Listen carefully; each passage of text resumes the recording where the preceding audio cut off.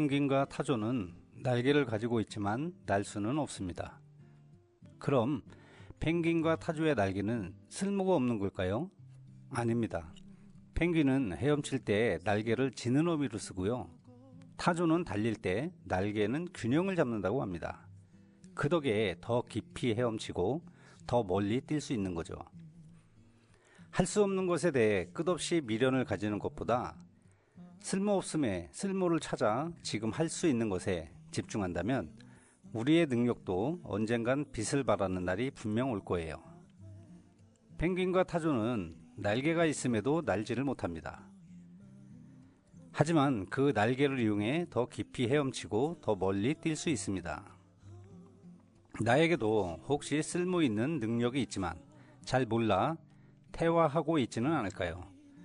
나에 대해 더 깊이 생각하고 더 자세히 들여다봐야겠다는 생각이 듭니다. 여기는 단원 FM 88.7MHz 길고양이를 지키는 사람들 길지사이고요. 저는 진행을 맡고 있는 이성령입니다. 꿈을 꾼 건 아니었어. 너만이 차가운 이 비를 멈출 수 있는 것. 정부와 지자체에서는 길고양이를 돌보기 위한 다양한 사업을 진행합니다. 보통 매년 3월에 농림축산식품부 산하 농림수산식품교육문화정보원이 길고양이 돌봄 가이드라인, 중성화 수술 가이드라인 등을 마련한다고 발표할 정도죠. 왜 정부에서 길고양이를 위해 비용을 들이며 돌봄 대책을 세우는 걸까요? 노래 한 곡 듣고 오늘의 길지사 시작을 해봅니다. 오늘의 첫 곡은 비비가 부른 밤양갱입니다. 떠나는 길에 네가 내게 말했지. 너는 바라는 게 너무나 많아. 잠깐이라도 널 안 바라보면 머리에 불이 나버린다니까. 나는 흐르려는 눈물을 참고 하려던 얘길 어렵게 누르고 그래 미안해라는 한마디로 너랑 나는 날들 마무리했었지. 달디 달고 달디 달고 달디단 밤양갱 밤양갱. 내가 먹고 싶었던 건 달디단 밤양갱 밤양갱이야. 떠나는 길에 네가 내게 말했지. 너는 바라는 게 너무나 많아. 아냐 내가 늘 바란 건 하나야. 한 개뿐이야. 달디단 밤양갱.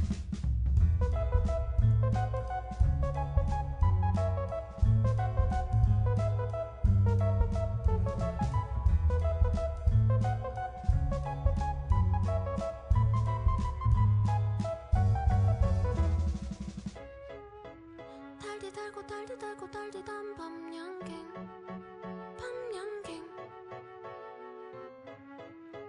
내가 먹고 싶었던 건 달디단 밤양갱 밤양갱이야. 상다리가 부러지고 둘이서 먹다 하나가 쓰러져 버려도 나라는 사람을 몰랐던 넌 떠나가다가 돌아서서 말했지.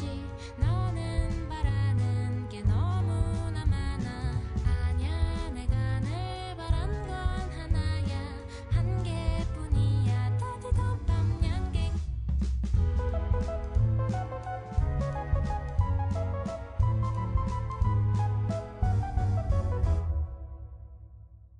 스스로 번식하고 살아가는 동물은 야생동물로 규정합니다. 동물보호법 시행규칙에 따르면 야생동물은 구조 보호 조치 대상인 유실 유기동물에 해당하지 않아요. 길고양이는 길에서 스스로 번식하며 살아가기에 구조 보호 조치 대상이 아닙니다. 하지만 길고양이를 돌보는 사람과 싫어하는 사람 간의 갈등이 커져 정부가 개입을 하고 있습니다. 농림축산식품부 관계자는 길고양이는 야생동물로 대하는 것이 원칙이지만 개개인의 개입으로 사회적 갈등이 많이 발생해 관리할 필요가 있다고 설명을 합니다. 길고양이가 늦은 밤마다 우는 소리를 내기에 싫어하는 사람이 많죠. 번식률도 높고 천적이 없어 인위적으로 관리하지 않으면 개체수도 점점 많아지게 됩니다. 길고양이를 관리하기 위해 중성화 사업 TNR이 시행되고 있는데요. 포획, 중성화 수술, 제자리 방사 방식입니다. 수술이기 때문에 비용이 많이 들고 시간이 오래 걸려 많은 고양이에게 시행하기 어렵다는 것이 단점 중의 단점입니다.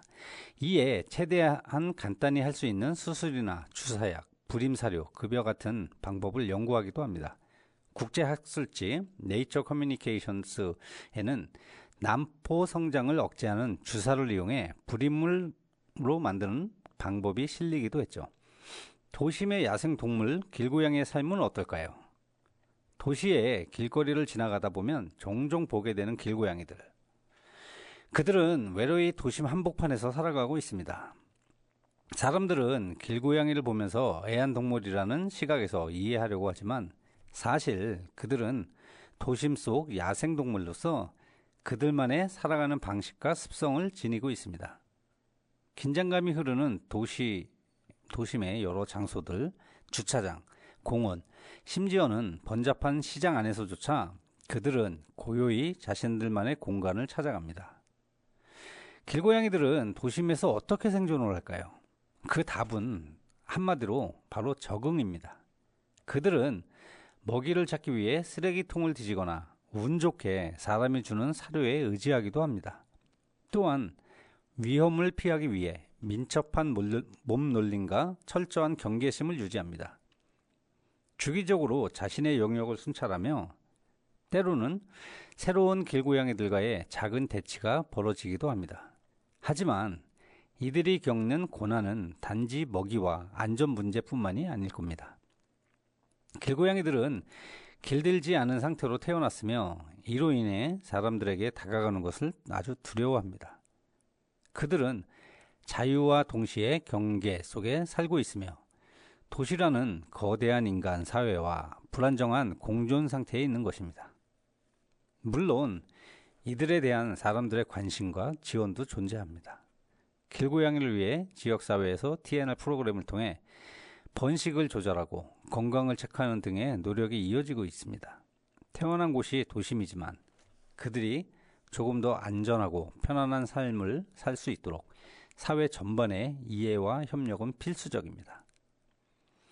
길고양이들은 그들만의 독립적인 삶을 살고 있으며 우리가 그들의 환경을 더욱 잘 이해하고 도움을 줄 수 있다면 도심의 야생동물인 그들과의 관계 역시 발전을 할 것입니다.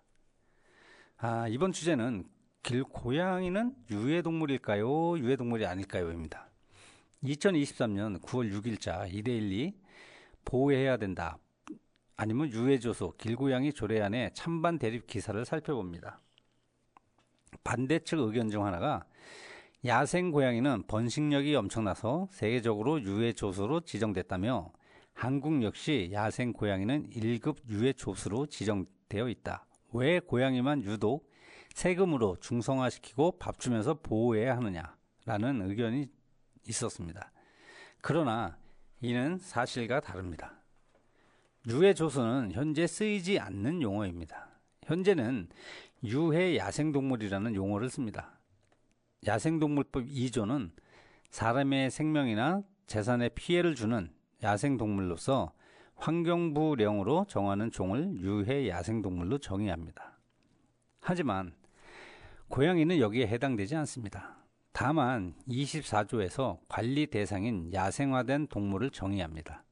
내용은 버려지거나 달아나 야생화된 가축이나 반려동물로 인하여 야생동물의 질병 감염이나 생물 다양성의 감소 등 생태계 교란이 발생하거나 발생할 우려가 있으면 관계 중앙행정기관의 장과 협의하여 그 가축이나 반려동물을 야생화된 동물로 지정 고시하고 필요한 조치를 할 수 있다고 정합니다. 고양이는 여기에 해당이 됩니다. 환경부 고시는 야생동물 및 그 알, 새끼, 집에 피해를 주는 들고양이를 야생화된 동물로 지정한다고 되어 있습니다. 이데일리 보도처럼 1급 요해 조수는 아니지만 야생동물에 피해를 주는 들고양이는 야생화된 동물로 지정돼 있고 포획, 사살 또는 중성화 등의 조치를 취할 수 있도록 규정하고 있습니다. 동물보호법 34조는 주인을 잃어버리거나 버려진 동물을 발견하면 지자체가 구조, 보호하도록 정합니다. 그러나 길고양이는 구조 대상이 아닙니다. 시행규칙 14조는 구조, 보호조치 제외 대상 동물을 정하는데요. 도심지나 주택가에서 자연적으로 번식하여 자생적으로 살아가는 고양이로서 개체수 조절을 위해 중성화하여 포획 장소에 방사하는 등의 조치 대상이거나 조치가 된 고양이를 제외 대상으로 정했습니다. 길고양이는 원래 길에서 사는 존재이기 때문에 따로 구조하지 않아도 된다는 의미를 내포하는 것이죠.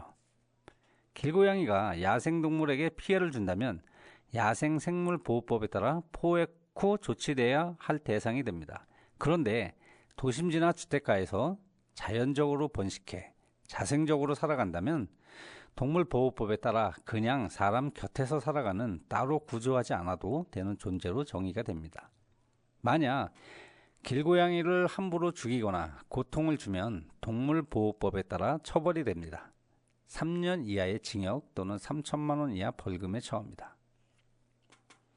길고양이에게 먹이를 주는 사람들은 제각각 다른 이유를 갖고 있겠지만 대부분은 그들도 생명이다 라는 주장을 합니다.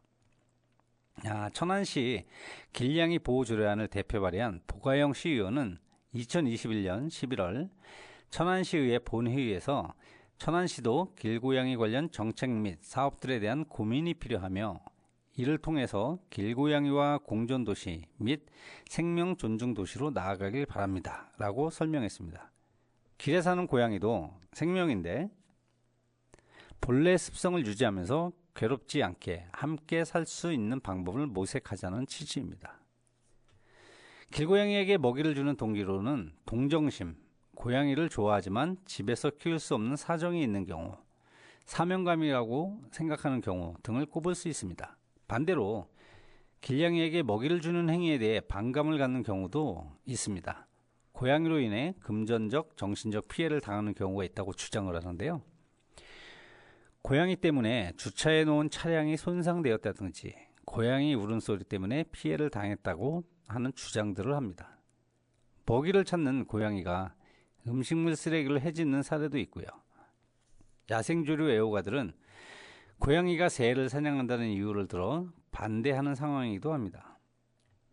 일각에서 왜 길고양이에게만 세금을 투입해야 하느냐며 다른 동물과의 형평성을 제기하기도 하고요. 길고양이에게 투입할 세금을 빈곤층 복지에 사용하는 것이 타당하다 이렇게 주장하시는 분들도 있습니다. 그럼 길고양이를 적정하게 개체수를 유지할 수 있는지 가능할까요? 천안시 조례안을 비롯한 길고양이 관리 정책을 가진 지자체들의 기본 입장은 개체수를 적정하게 관리하겠다입니다. 그러나 도대체 어느 정도 면적에 몇 마리가 살아야 적정한지를 판별할 기준이 없습니다. 고양이가 많아져 보는 사람들의 눈살을 찌푸리지 않게 할 정도 또는 영역 다툼이 벌어져 소음 피해가 일어나지 않도록 할 정도라고 이야기하는데 객관적이지는 않습니다. 먼저 고양이 서실 실태와 생태를 파악하기 위한 조사가 선행이 돼야 할 것입니다. 적정 개체를 유지하기 위한 방법으로는 중성화 수술을 꼽습니다. 길고양이를 포획해 수컷은 거세시키고 암컷은 자궁을 적출하는 방식으로 번식 능력을 제거한 뒤 후처치 후 원래 자리에 풀어주는 겁니다. 적정 개체수를 유지하려면 포획해서 안락사시키면 되지 않냐고 주장할 수도 있겠지만 고양이는 영역을 지키는 동물이라서 한 영역을 차지했던 고양이가 사라지면 다른 지역에 있던 고양이가 들어와 세력권을 새로이 형성한다는 게 주론입니다. 길고양이를 박멸하는 것은 윤리적이지도 않지만 이를 실현하려면 막대한 인력과 비용이 투입돼야 하기 때문에 실현 가능하지 않다는 게 이들의 주장이기도 합니다. 길고양이 문제 못지않게 캣맘과 안티캣맘의 충돌도 사회 문제로 떠오르고 있는데요. 고양이에게 먹이를 주는 캣맘 활동이 길고양이 개체수를 늘리고 고양이로 인한 문제를 더 심화시킨다는 게 바로 안티캣맘들의 주장인데요. 여기에 일부 캣맘들이 먹이를 주고 쓰레기를 방치하거나 제멋대로 설치한 급식소를 관리하지 않아서 흉물로 변하는 등 도시 미관을 해치고 있다는 주장도 합니다. 안티캣맘의 주장은 단순합니다. 그렇게 고양이가 좋으면 집으로 데려가서 키워라. 길고양이로부터 발생하는 피해는 캣맘이 보상하도록 해라. 이 정도로 요약이 될 겁니다. 하지만 이런 주장을 한다는 건 이 시대에 좀 떨어지지 않나 하는 생각을 합니다. 결국은 인간이 풀어야 하는 문제입니다. 인간이 주는 먹이를 받아먹지 않고는 생존을 유지할 수 없는 동물은 진정한 의미의 야생동물이라고 할 수가 없겠지요. 비둘기에게 먹이를 주지 말라고 하는 맥락과 마찬가지입니다.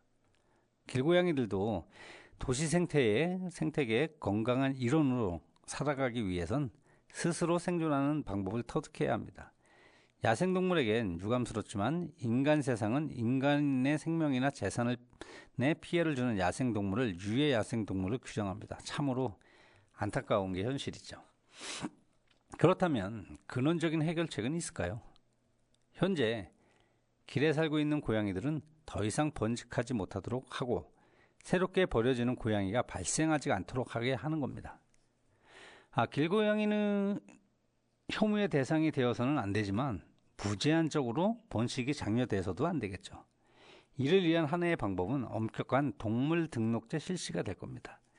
현재 반려 목적으로 기르는 개는 의무적으로 등록하도록 하고 있습니다. 고양이는 원하는 사람만 등록을 하고 있습니다. 이를 모든 반려동물로 확대하는 방법이 있을 겁니다. 버려지는 동물이 생기지 않도록 하는 것입니다. 동물 반려 허가제를 도입해 기본 소양과 동물 복지 제공 능력 여부 등을 따져 요건을 갖춘 사람들만 반려동물을 키울 수 있게 하는 것도 생각해 볼 만합니다. 이미 버려진 지 오래이거나 길에서 번식된 개체들은 적극적이고 효율적인 중성화를 시키는 게 필요합니다. 마을 단위로 공론화 작업을 벌이고 의견이 모아진 곳에 한해 고양이 먹이 주기를 가능하도록 하는 방법도 생각해 볼 수가 있습니다. 마을은 고양이에게 먹이를 주는 사람의 전유밀이 아니니까요. 길냥이에게 먹이를 주면서 기쁨을 느끼는 사람들은 길냥이로 인해 다른 이웃이 피해를 받는지 살펴야 할 책임도 갖고 있습니다. 주민들에게 피해를 최대한 주지 않으면서 길고양이를 챙기는 현명한 방법을 찾아 길고양이도 지키고 주민들에게 피해를 줄인다면 금상첨화가 아닐까 생각합니다. 노래 한 곡 듣고 다음 이야기 이어가도록 하겠습니다. 마코투의 시작의 아이 듣고 오겠습니다. 존재하는 이유 그런 건 아무래도 좋으니 그리 즐겁지도 괴롭지도 않은 바람아 불어라. 달을 찾는 이유 예쁜 건 언제 봐도 좋으니 나는 세계의 시계를 부수고 너에게 닿는다. 너와 함께 바라본 분개하는 세상의 반짝임을 그 찰나를 별의 시작이라고 부를 거야. 시간의 중력으로는 우리의 모든 이야기를 따라 적을 수 없을 테니까. 시작의 푸른 말 모든 이름만 네가 새겨져 있을 뿐 낮고 밤을 지나 새벽 속에도 잠들지 않는 아이야. 열 번의 기적처럼 널 받아가는 차 그대로 멈춰라. 내 하루에 번져가는 시작에 너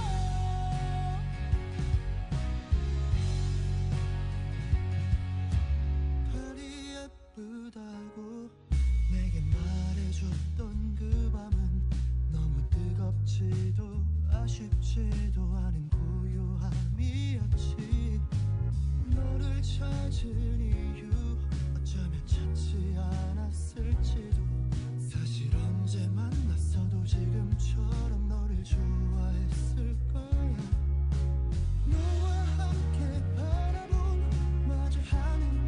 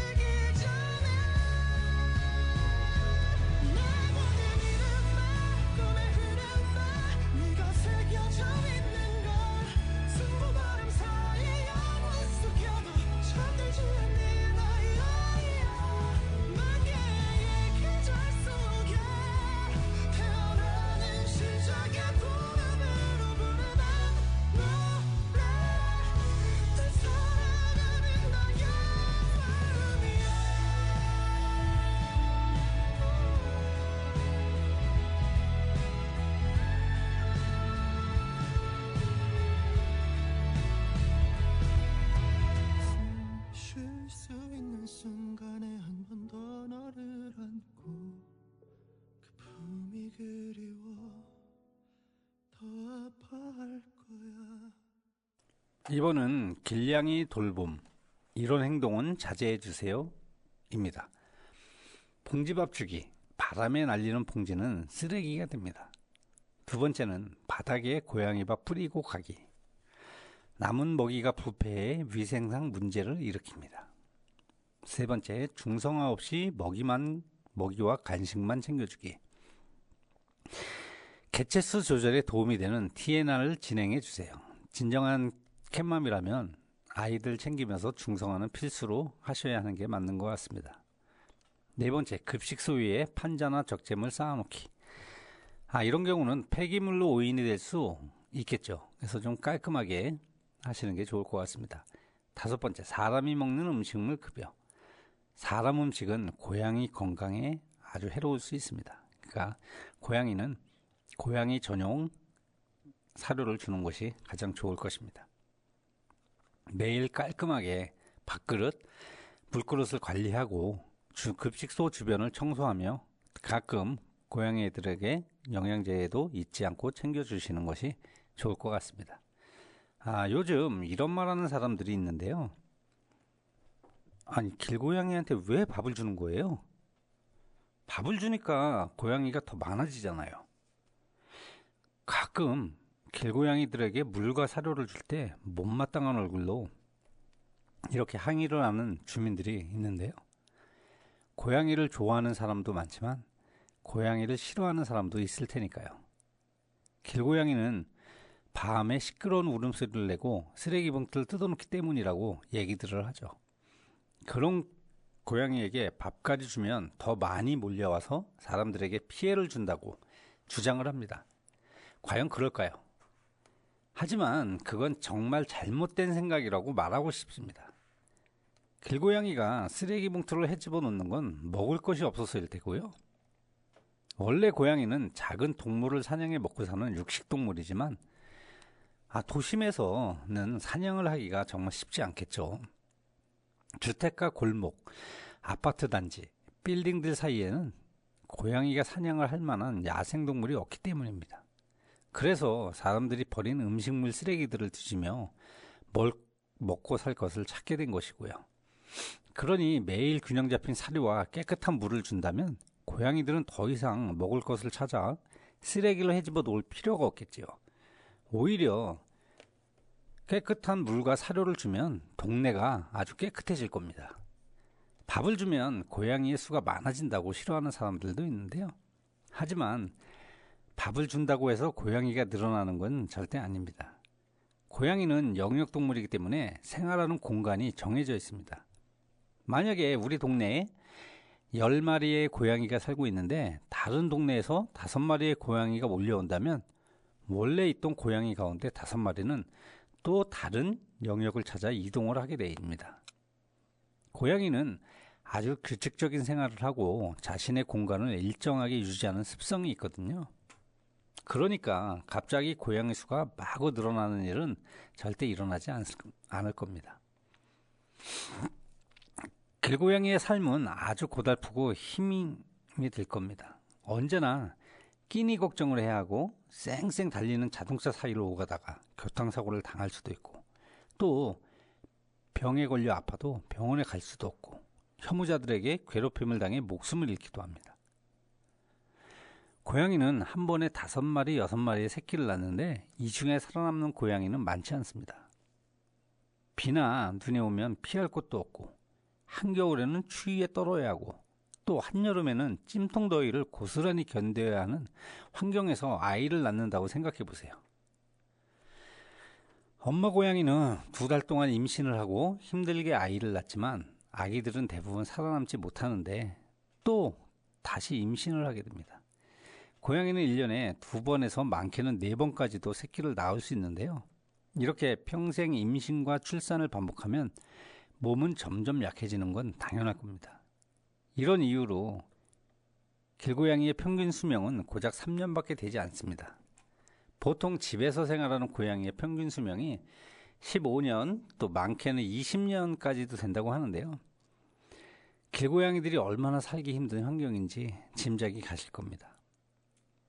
그래서 나라에서는 길고양이들의 건강과 삶의 질을 위해서 TNR 사업을 하고 있고요. 아까도 말씀드렸듯이 TNR은 포획, 중성화, 방사라는 과정을 뜻하는 말입니다. 길고양이를 포획해서 중성화 수술을 하고 다시 원래 살던 곳으로 돌려보내는 국가 사업입니다.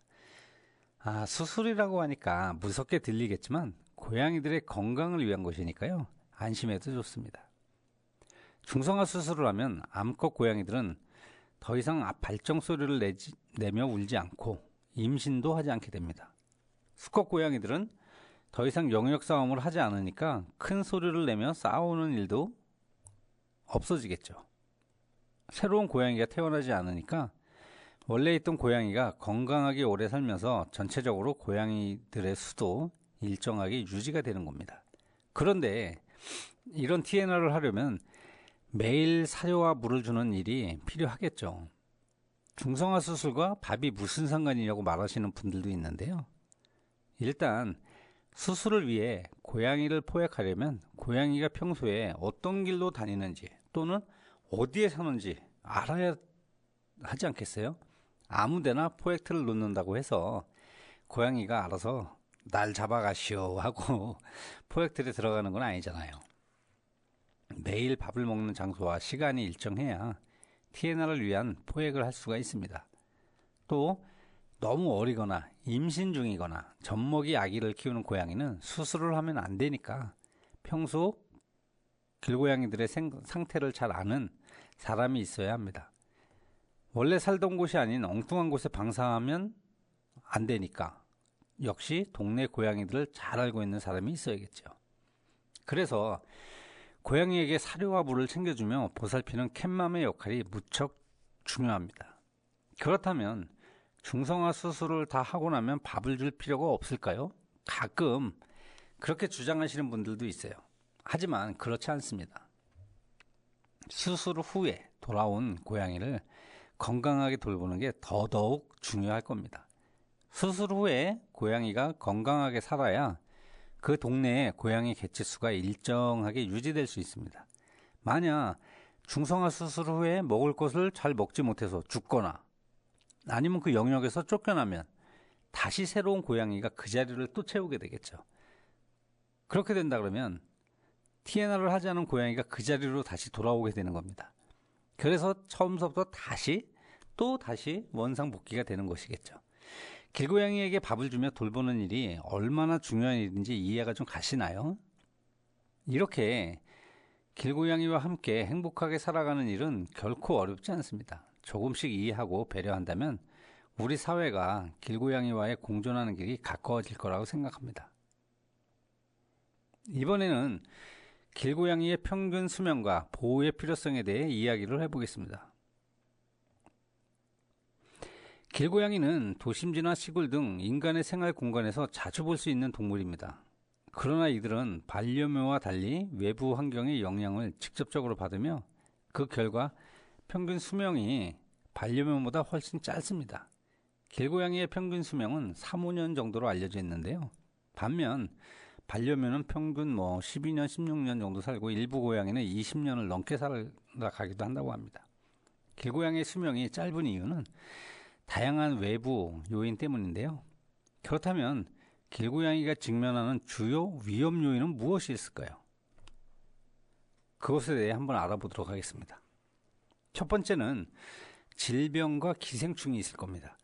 길고양이는 예방접종이나 정기적인 건강관리를 받지 못하기 때문에 여러 질병과 기생충에 쉽게 노출이 됩니다. 특히 고양이 면역 결핍 바이러스, 고양이 백혈병 바이러스 등의 전염병은 큰 위협이 됩니다. 또한 벼룩, 진드기 같은 외부 기생충의 문제도 흔히 발생을 할 테고요. 두 번째는 사고와 상해일 겁니다. 길고양이들은 도로에서 차량과 충돌하는 사고를 자주 당하며 서열 싸움 중 발생하는 상처가 감염으로 이어지기도 합니다. 이러한 상처는 적절한 치료를 받지 못하면 생명을 위협할 수도 있습니다. 세 번째는 굶주림과 영양 부족입니다. 길고양이들은 스스로 먹이를 구해야 하지만 우리의 도시 환경에서는 영양 불균형이 심한 음식이나 쓰레기에서 식량을 찾기 쉽습니다. 이러한 영양 결핍은 길고양이들의 건강을 악화시키며 특히 어린 새끼 고양이들에게는 더 치명적일 것입니다. 네 번째 이유는 극심한 기후가 또 있을 겁니다.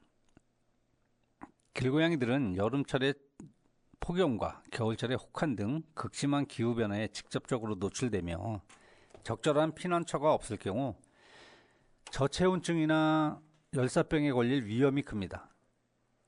이상이 길고양이들에게 직면하는 위험성이 있었고요. 다음은 길고양이 보호의 필요성과 생명 존중에 대해 한번 말해보겠습니다. 길고양이의 보호는 단순히 동정에서 끝나는 문제가 아닙니다. 생명 존중의 관점에서 길고양이도 보호받아야 마땅합니다. 인간의 도시화와 환경 변화로 인해 길고양이들이 직면하는 여러 위험은 대부분 인간 활동의 결과이며 우리는 그들에게 더 나은 생존 환경을 제공할 책임이 있습니다. 모든 생명은 존엄하고 보호받아야 할 가치가 있습니다. 인간이 만든 환경에서 살아가는 길고양이들도 그 생명 자체로 존중받아야 하며 그들이 살아가는 방식을 이해하고 보호하는 것은 인간의 도덕적 의무입니다. 길고양이는 도심 생태계에서 중요한 역할을 하고 있습니다. 이들은 쥐와 같은 해충의 개체수를 조절하며 생태계의 균형을 유지하는 데도 크게 기여를 합니다.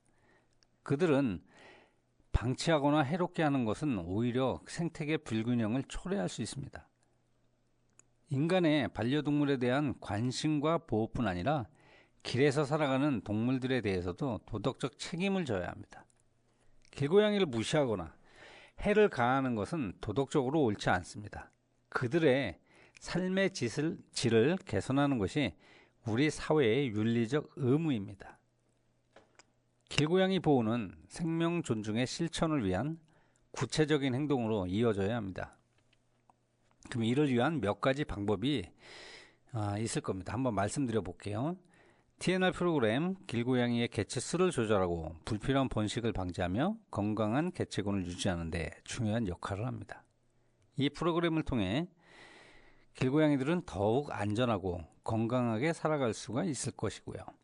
길고양이들이 안정적으로 먹이를 구할 수 있도록 안전한 급식소를 설치하고 추위나 더위로부터 보호받을 수 있는 피난처를 제공하는 것도 중요합니다.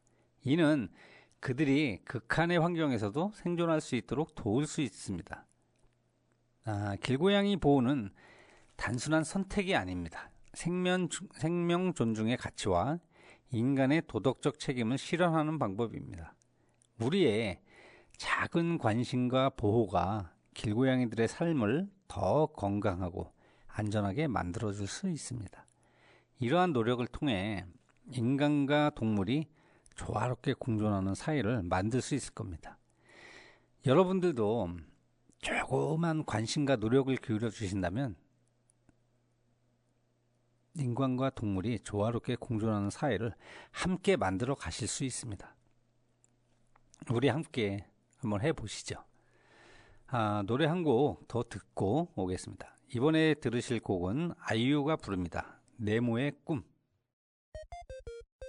네모난 침대에서 일어나 눈을 떠보면 네모난 창문으로 보이는 똑같은 풍경 네모난 문을 열고 네모난 테이블에 앉아 네모난 스마트폰 본 뒤 네모난 책가방에 네모난 책들을 넣고 네모난 버스를 타고 네모난 건물 지나 네모난 학교에 들어서면 또 네모난 교실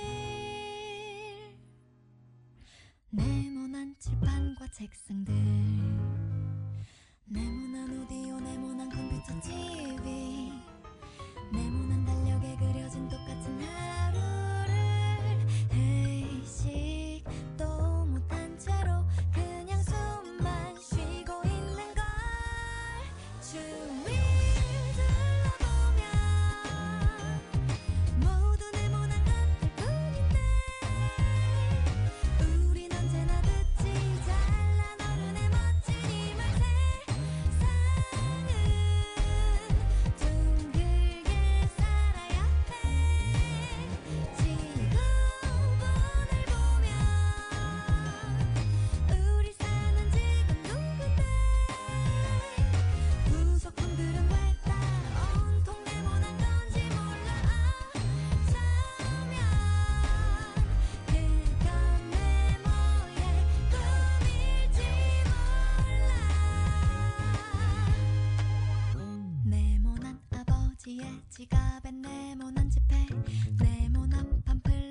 그려진 네모난 학원 네모난 마루에 걸려있는 네모난 액자와 네모난 명함의 이름들 네모난 스피커 위에 놓인 네모난 테이프 네모난 책장에 꽂혀있는 네모난 사전 네모난 서랍 속에 쌓여있는 네모난 편지 이전 네모 같은 추억들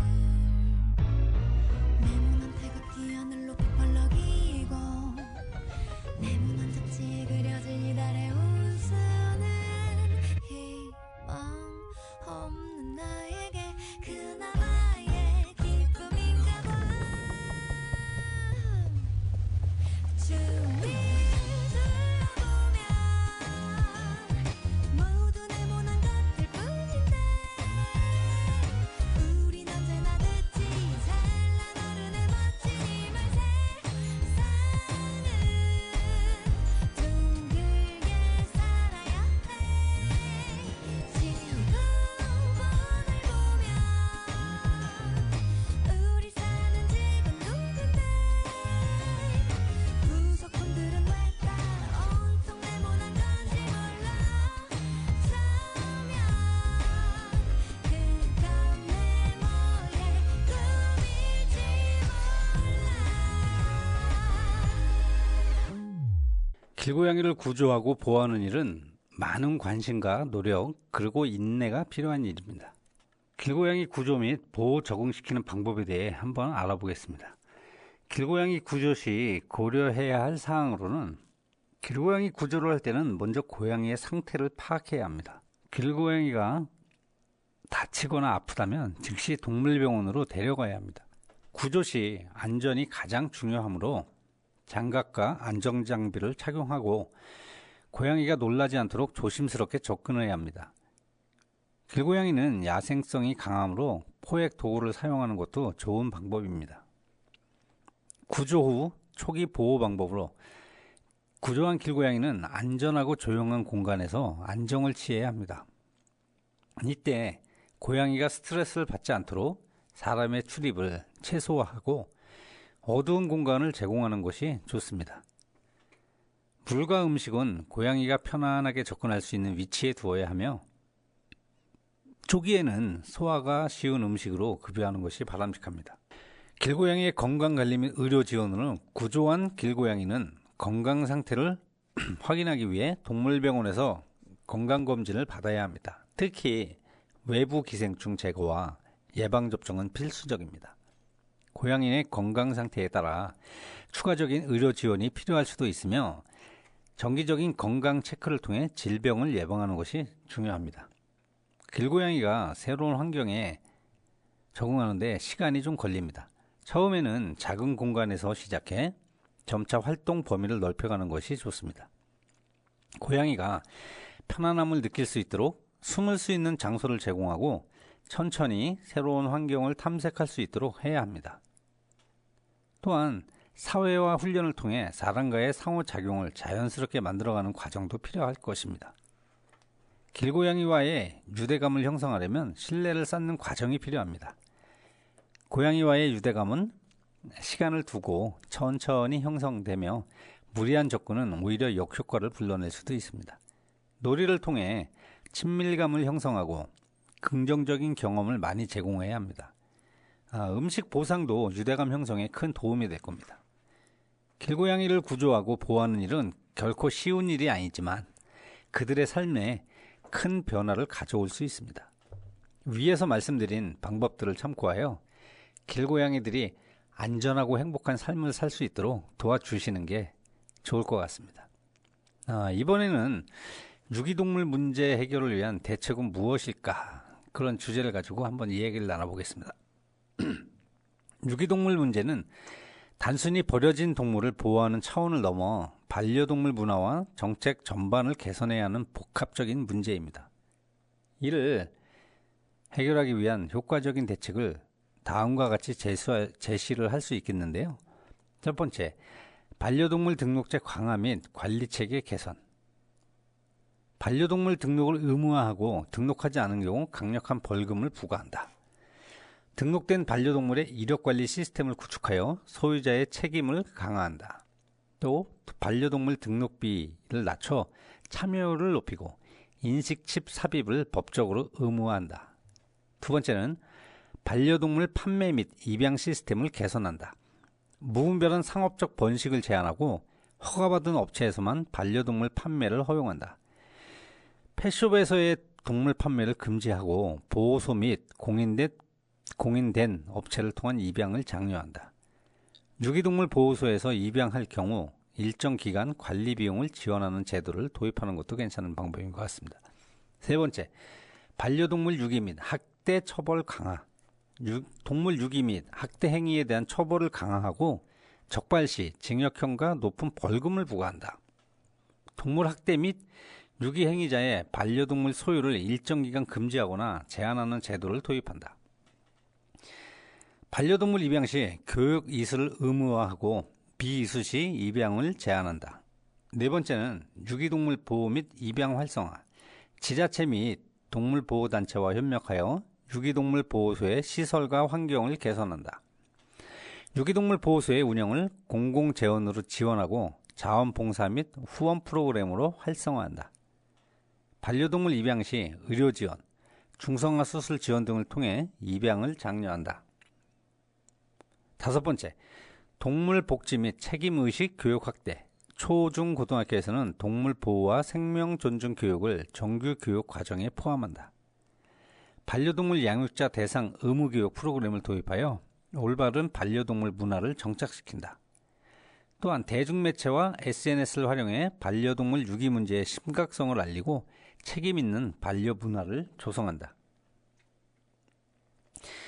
여섯 번째, 중성화 수술 및 개체수 조절 정책 강화. 길고양이 및 유기견의 개체수 조절을 위해 TNR 프로그램을 적극 시행한다. 반려동물 중성화 수술은 의무화하고 미이행 시 세금 감면 혜택을 제한하는 정책을 도입한다. 중성화 수술 비용을 지원하는 정책을 마련하여 부담을 줄여준다. 일곱 번째는 반려동물 친화적 사회를 조성한다. 동물과 함께할 수 있는 공공장소 및 반려동물 동반 가능 공간을 확대하여 책임 있는 반려 문화를 형성한다. 반려동물 보험 및 의료비 지원 제도를 도입하여 경제적 부담을 줄여준다. 반려동물을 키울 수 없는 환경이라면 동물 후원 및 봉사활동을 장려하여 대안을 제공한다. 결론으로는 유기동물 문제를 해결하기 위해서는 단순히 보호소 운영을 강화하는 것만으로는 부족합니다. 반려동물 등록제 강화, 불법 번식 및 판매 규제, 동물 유기 및 학대 처벌 강화, 책임 있는 입양 문화 조성, 그리고 동물 보호 교육 확대 등 종합적인 정책이 필요하다고 생각을 합니다.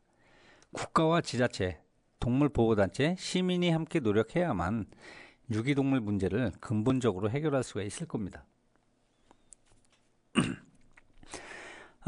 매년 많은 유기견이 발생을 하고 있지만 이들의 삶은 여전히 열악한 상황입니다. 오늘은 유기견 문제의 현실을 짚어보고 이를 해결하기 위해 우리가 할 수 있는 노력들을 한번 알아보겠습니다. 첫 번째로 유기견 문제의 현실이 어떨까요? 유기견 문제는 점점 심각해지고 있으며 그 원인은 다양합니다. 유기견의 증가, 반려동물을 키우는 가정이 늘어나면서 유기되는 동물도 함께 증가되고 있습니다. 단순한 호기심이나 충동적인 입양 후에 책임감 부족으로 유기하는 사례가 많아졌고요. 유기견 보호소는 자원이 부족해 모든 유기견을 돌보기 어려운 상황이고요. 또 유기견 문제에 대한 관심과 공감이 부족해 문제 해결이 더디게 진행되고 있습니다. 두 번째는 유기견 문제의 근본적인 원인은 무엇일까요? 유기견 문제를 해결하려면 근본적인 원인을 이해해야 합니다. 귀여운 모습만 보고 입양을 결정하는 경우 반려동물에 대한 장기적인 책임을 간과하게 됩니다. 중성화 수술이 이루어지지 않아 불필요한 번식으로 유기견이 늘어나는 경우도 많은 것 같고요. 반려동물을 키우는데 필요한 지식과 교육이 부족해 또한 문제가 발생이 되고 있습니다. 유기견 문제를 예방하기 위한 제도적 장치가 부족한 게 또 현실이고요. 세 번째는 유기견 문제 해결을 위한 개인의 노력입니다. 개인도 유기견 문제 해결에 기여할 수가 있습니다. 책임감 있는 입양, 반려동물을 입양하기 전 충분히 고민하고 장기적으로 돌볼 준비가 되었는지 확인해야 합니다. 유기견 보호소에서 봉사하거나 후원을 통해 도움을 줄 수가 있을 것이고요. 주변 사람들에게 유기견 문제의 심각성을 알리고 책임 있는 반려동물 문화를 전파하시는 것도 중요할 겁니다. 네 번째는 유기견 문제 해결을 위한 사회적 노력은 어떤 것이 있을까요? 개인의 노력뿐만이 아니라 사회적인 접근도 아주 필요합니다. 유기견 입양을 장려하고 충동적인 구매를 줄이기 위한 캠페인이 필요합니다. 법적으로 유기동물에 대한 처벌을 강화하고 반려동물 등록제를 철저히 시행해야 합니다. 유기견 보호소의 자원과 시설을 확충해 더 많은 동물을 돌볼 수 있도록 해야 합니다. 또한 반려동물에 대한 올바른 인식을 심어줄 수 있는 교육 프로그램이 아주 중요합니다. 다섯 번째는 유기견 입양으로 만드는 변화. 어떤 것이 있을까요? 유기견 문제를 해결하는 가장 효과적인 방법 중 하나는 유기견 입양입니다. 유기견 입양은 단순히 동물을 데려오는 것이 아니라 새로운 가족을 맞이하는 의미 있는 선택입니다. 유기견 입양을 통해 유기견은 안정된 환경에서 사랑받으며 살아갈 수가 있을 것입니다. 유기견 입양은 보호소의 부담을 줄여주고 더 많은 동물이 보호받을 수 있는 기회를 제공하기도 합니다. 입양 전 충분히 고민하고 유기견의 특성과 필요를 이해하는 것도 아주 중요합니다. 유기견 문제는 단순히 한 사람의 노력으로 해결할 수 있는 문제가 아닙니다. 개인, 사회, 그리고 제도가 협력해 함께 해결해야 할 과제입니다. 우리의 작은 관심과 노력으로도 유기견의 삶에 큰 변화를 가져올 수 있습니다. 오늘부터 우리가 할 수 있는 작은 실천을 한번 시작해 보는 건 어떨까요? 지금 현재 각 시보호소, 유기견 보호소 등을 보면 유기견 신고가 들어오면 포획을 해서 시보호소로 들어오게 됩니다. 그러면 10일간의 기간이 지난 후, 공고 기간이 지난 후 아이들을 입양자가 나타나지 않으면 일정 기간 후에 아이들을 안락사를 시키게 되는데요. 과연 이것이 올바른 정책일까요? 한편으로는 아이들의 수가 무한정으로 받을 수도 없으니까 뭐 어쩔 수 없는 경우다 하는 경우도 있겠지만 안락사를 위한 시보호소가 되어서는 안 될 것이라고 생각합니다. 차라리 사람에게 위험하지만 않다고 하면 유기견을 신고하지 않는 방법도 한 가지의 방법일 거라고 생각합니다. 제일 중요한 것은 펫숍이나 이런 데를 통해서 유기견, 유기묘, 여기 강아지나 고양이를 입양하지 마시고 쉼터 아니면 그 시보호소 이런 개인 활동가들 이런 데 통해서 강아지나 고양이를 입양하는 것도 아주 중요한 일일 겁니다. 그 유기견 문제가 사실 그 사회적 문제가 좀 되고 있는 것 같아요. 뭐 시도 보니까 어느 지역 SNS에 모 지역에 재개발이 되면서 사시던 분들이 강아지를 다 버리고 가신 경우가 많은 것 같아요. 그러다 보니까 한 마을에 강아지가 집들은 다 이사가고 사람이 없는데 강아지들만 20, 30마리가 모여서 살고 있는 경우도 있고 그것을 또 불쌍하다고 생각해서 또 우리 그 주민분들이 아니면 그 유기견에 관심 있는 분들이 그곳에 찾아가 아이들을 먹이를 또 챙기시는 그런 경우도 있습니다. 이런 아이들 무조건 시보호소로 보내서 일정 기간 공고 기간이 지나서 입양이 안 되면 안락사를 시키는 이런 경우가 많이 있는데요. 그것을 방지하기 위해서 다시 한번 제가 부탁드리지만은 펫숍이나 이런 곳에서 그 강아지나 고양이를 사지 마시고 쉼터 또 시보호소 또 개인 보호소 이런 곳을 통해 아이들을 입양해 가셨으면 좋겠습니다. 입양도 그냥 무조건 아이들을 불쌍해서 아니면 예뻐서 데려간다고 생각하시면 또 아이들을 키우다 보면 이런저런 문제가 많이 생깁니다. 뭐 돈도 많이 들어갈 수가 있죠. 아이들이 아프면 병원도 가야 되고, 또 중성화 수술도 해줘야 되고, 예방접종도 해줘야 되고, 또 어떤 간식이나 사료 등등을 사다 보면 재정적인 부담이 생길 수도 있습니다. 그래서 유기견이나 유기묘를 한 마리, 두 마리 입양을 하면 그거에 따른 경제적 지출도 커지게 돼 있죠. 그래서 이런 것을 미리미리 감안하시고, 아, 내가 이 정도는 감안할 수 있다. 아니면 내가 이 정도는 충분하게 아이들을 챙길 수 있다는 확신이 들었을 때, 그때 아이들을 입양해 가셨으면 좋겠어요. 너무 쉽게 아이들을 입양하면 아이들을 다시 또 유기하는 경우가 발생이 됩니다. 그렇다면 길고양이나 유기견들이 또 한 번에 버림을 받는 경우가 생기거든요. 그러면 그 아이들은 두 번의 버림을 받게 되는 것입니다. 그래서 입양도 좋지만 입양하시기 전에 평생 내가 이 아이들을 책임질 수 있다는 그런 마음이, 그런 확고한 신념이 있을 때 그때 아이들을 입양해 가셨으면 좋겠어요. 길고양이나 유기견이나 뭐 유기묘도 마찬가지고요. 생명이 존중받아야 되고요. 이 아이들이 어떤 그런 신고를 통해 그런 보호소에 들어갔을 때 안락사 시키지 않고 어떠한 그 아이들의 평생 남은 삶을 책임질 수 있는 그런 문화를 만들어 가는 것도 중요할 것입니다. 그래서 안락사 없는 보호소, 이런 곳이 하루빨리 생겼으면 좋겠고요. 대한민국에 있는 모든 유기견, 유기모들이 안전하게 시보호소 아니면 개인 보호소 이런 곳에서 안전하게 살아갈 수 있었으면 좋겠습니다. 오늘 길지사 내용은 여기까지이고요. 저는 다음 주에 반암동물병원 대표 원장님을 모시고 고양이나 강아지에 대해서 궁금해하시는 부분을 물어보고 또 그 궁금한 부분에 대답을 들으면서 그렇게 진행을 해보겠습니다. 여기는 단원 FM 88.7MHz 길고양이를 지키는 사람들 가칭 길지사이고요. 저는 진행자 이성영이었습니다. 마지막으로 박서준의 너를 보낸다 들으며 인사드리겠습니다.